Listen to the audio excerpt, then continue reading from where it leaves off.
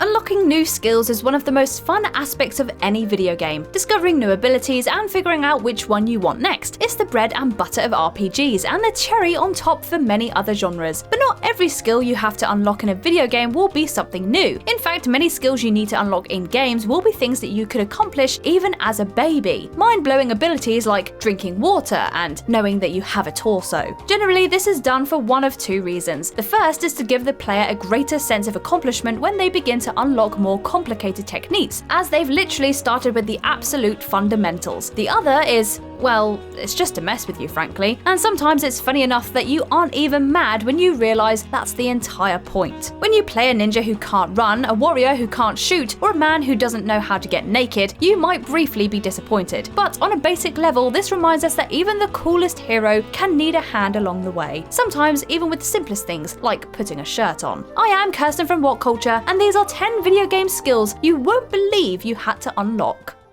Number 10. Running. No More Heroes. When you play No More Heroes, you play as Travis Touchdown, the childish but well-meaning protagonist of the franchise. Travis is an accomplished swordsman, and as the game progresses, an increasingly accomplished assassin, capable of some seriously mind-blowing moves. In the first game though, he can't run at all, until you help him learn how to. Or rather, until you unlock the ability by buying it off your Russian special moves trainer, Lovikov. In order to do so, you'll have to collect at least 7 Lovikov balls, at which point the man will deem you worthy of training. That might feel kind of patronising, but hey, as an assassin, you currently can't run. Proving yourself is probably a good idea. You can easily miss all this for way longer than you'd want to though, leaving the unfortunate Travis gently strolling his way to various murders. Slow and steady maybe isn't a viable assassination tactic, all things considered, but at least one person has probably run through all or most of the game by walking the whole time.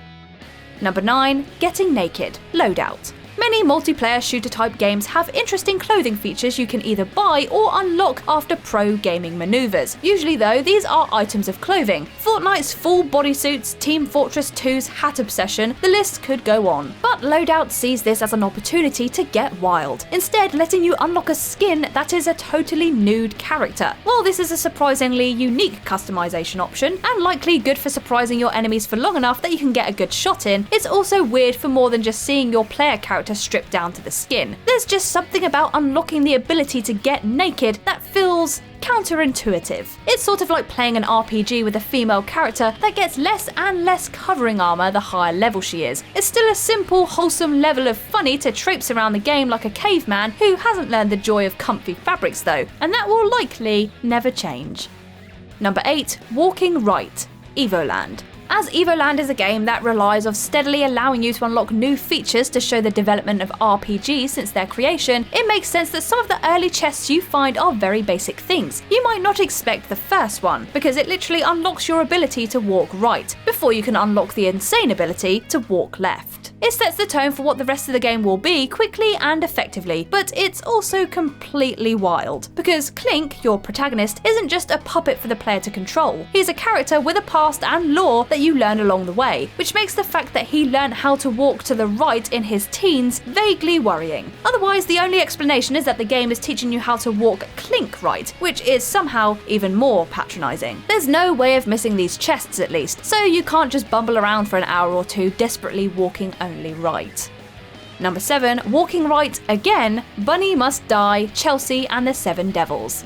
As it turns out, EVOLAND is not the only game that has you to unlock the ability to walk right, which is apparently a hot property on the unlockable skill market. And although it's by all means a very weird game, as you might sense the minute you start the game and see Bunny grow cat ears, this is a seriously interesting mechanic to start the game on. Your natural instinct when you realise the character can't move right is to start playing around, helping you to learn the nuances of Bunny's movements early. Again, this doesn't last long, as naturally walking backwards is the first power-up that you can find in the game, if you can even call it a power-up. But it's fun to see everyone has the same initial internal meltdown when they feel like they must have broke their controller because they can't move in one direction. In a beautiful twist, some daring gamers have developed a challenge based around finishing the game only dashing backwards, which takes some serious skill.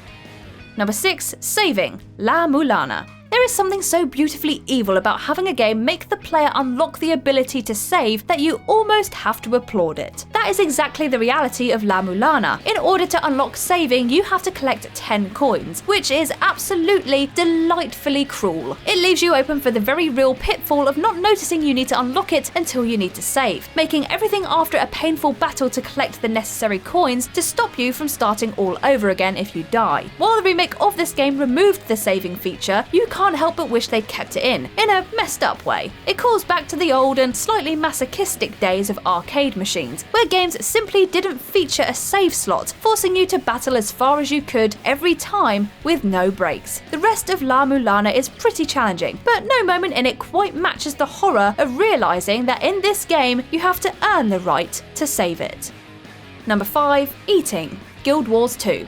Remember the first time you ate? If so, good. If not, maybe grab yourself a snack for the purposes of this next paragraph. Now, is that act of putting food into your mouth and chewing it difficult on a physical level? Unless you're chowing down on a healthy lunch of granite, the answer almost definitely is no. And yet in Guild Wars 2 and many similar MMORPGs, you may find yourself underleveled to consume a particular item of food. This is fair in the sense that higher leveled items generally come with better healing abilities or bonuses. However, it's also undeniably dumb, in the sense that your character has to undergo training in order to be wise enough to eat an omelette. Presumably otherwise, you just press your face into the food while gently crying about the fact that you aren't powerful enough to eat it, like a sad rendition of Bruce and the chocolate cake scene from Matilda. Number 4. Aiming your weapon. Fable 2. Now, compared to any of the other skills you have to unlock, learning to aim your weapon doesn't initially sound all that bad. People have to train to learn how to aim weapons in real life, so it makes sense, right? Well, the thing is, in real life you don't generally need to shoot several arrows into your enemies unless you're in the medieval era, in which, well done for somehow finding a spot with Wi-Fi. Being able to aim makes the combat of Fable 2 feel hugely clunky, as you're stuck unable to use your own personal shooting skills to try and win the fight. Sure, the upgrade for it isn't far into your skill tree, but the fact that so many people didn't realise shows it's not exactly common sense either. Hilariously, this has led to Fable 2 message boards being filled with people desperately trying to figure out how to aim their weapons, having clearly pressed every button they could in order to try and use this feature. Many of their furious responses to being told they need to unlock it are now a decade old, and yet anyone suffering the same experience can connect entirely with the gentle fury not being able to aim provides. Number 3. Drinking Highland spring water. World of Warcraft. The idea of only being able to eat certain food and drinks after leveling to a specific point has long been ridiculed as a weird idea. However, it's almost a good thing that this system exists in MMORPGs like World of Warcraft, because it leads to some frankly hilarious scenarios, such as anyone below level 80 trying to drink the elusive Highland spring water,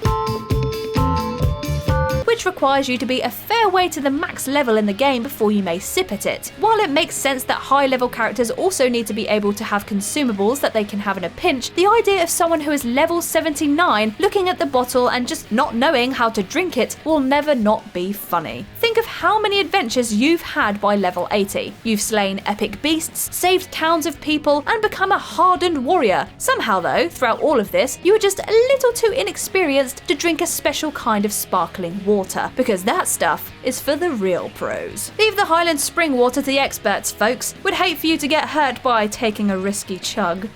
Number 2. Wearing a shirt. Kingdom of Loathing. In a suitably snarky denial, Kingdom of Loathing lets you wear armor on pretty much any part of your body from the offset of the game, except your torso. No, your torso remains bare for all to see until you learn torso awareness, which, yes, is spelt exactly like that. It's also known as how to put a shirt on, basically. You can actually totally miss this quest on your first run through, meaning that the developers added in an extra quest in its new Game Plus where you can finally put a dang shirt on. Should you learn it in Bad Moon mode, both the quest giver and the quest text itself will worry about the fact that you never considered clothing your torso. Indeed, you appear to have just not realised that you had one all this time until this event, which is actually far more worrying. The image of you having to save the world with your pecs out is pretty golden though, so it may actually be worth not learning this skill for as long as you can.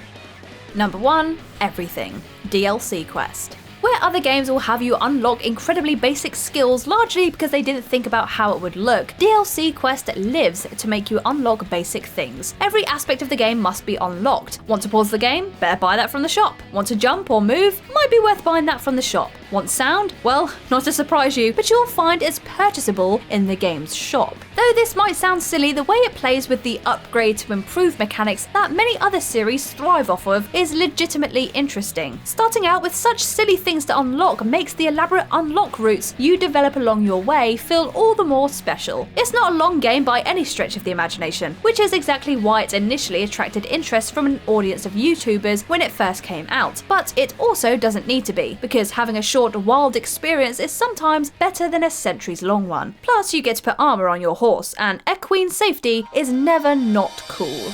And that's our list. What's the weirdest skill that you've ever had to unlock in a game? Leave us a comment down below and let us know. If you like this video, give it a thumbs up, and if you haven't already, click that subscribe button. But for now, I have been Kirsten from WhatCulture, and I will see you in the next video.